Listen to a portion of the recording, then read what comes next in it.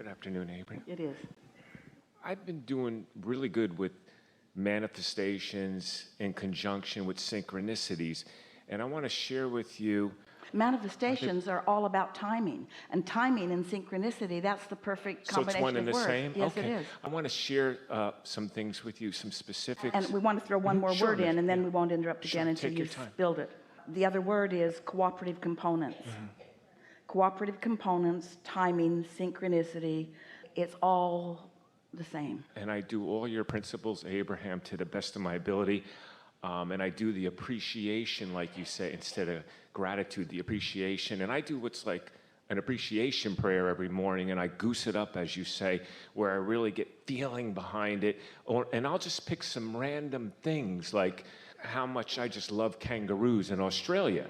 And then that day, I'll see pictures of kangaroos, like on cars. And like, I'll say how We have to tell you a kangaroo story, speaking Sure. of synchronicity. Sure. So Esther is in Australia in a carload of people, and someone in the car says, so where's the kangaroos?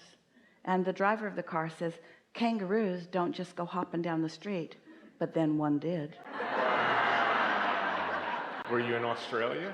Yeah, then one did. That's amazing. And like, for example, when you always said to cherish the miracles that are all abound.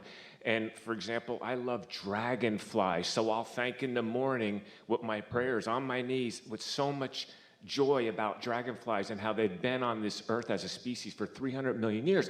And I said, you know, I love all their different colors. I'd love to see a blue one or a white one or a purple. And then that day, I'll see that exact color. All right. And wait till you hear this. I was in a supermarket and I was going to get some sneakers, and there was a lady coming out from a shop, right? And she said, what is that? What is that? A dragonfly right up to my nose. You can't miss it. My nose, it's here.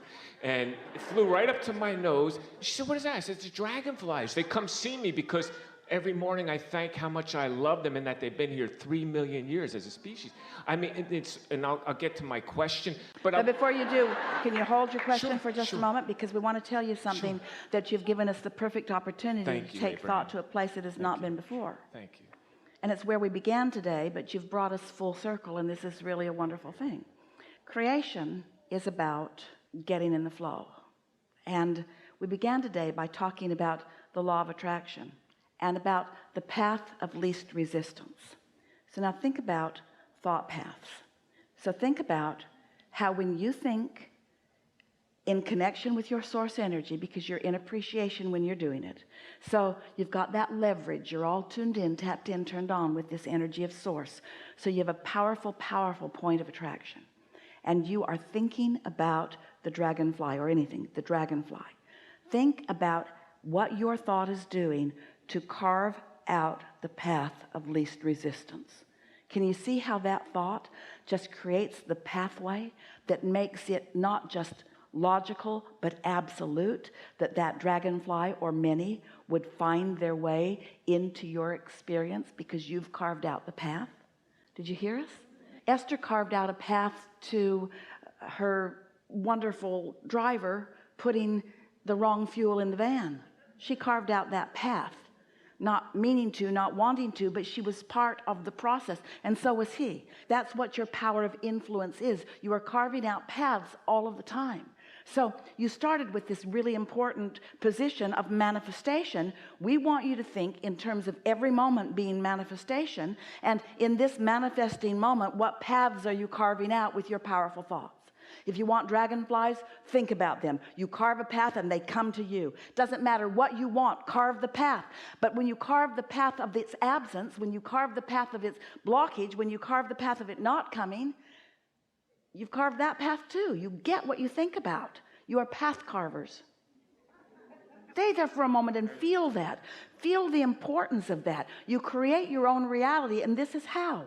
You wonder how you turn thoughts to things. That's how you do it. You turn thoughts to things by thinking the thoughts that carve the path, that they allow the things to move to you, to evolve through the path into your experience.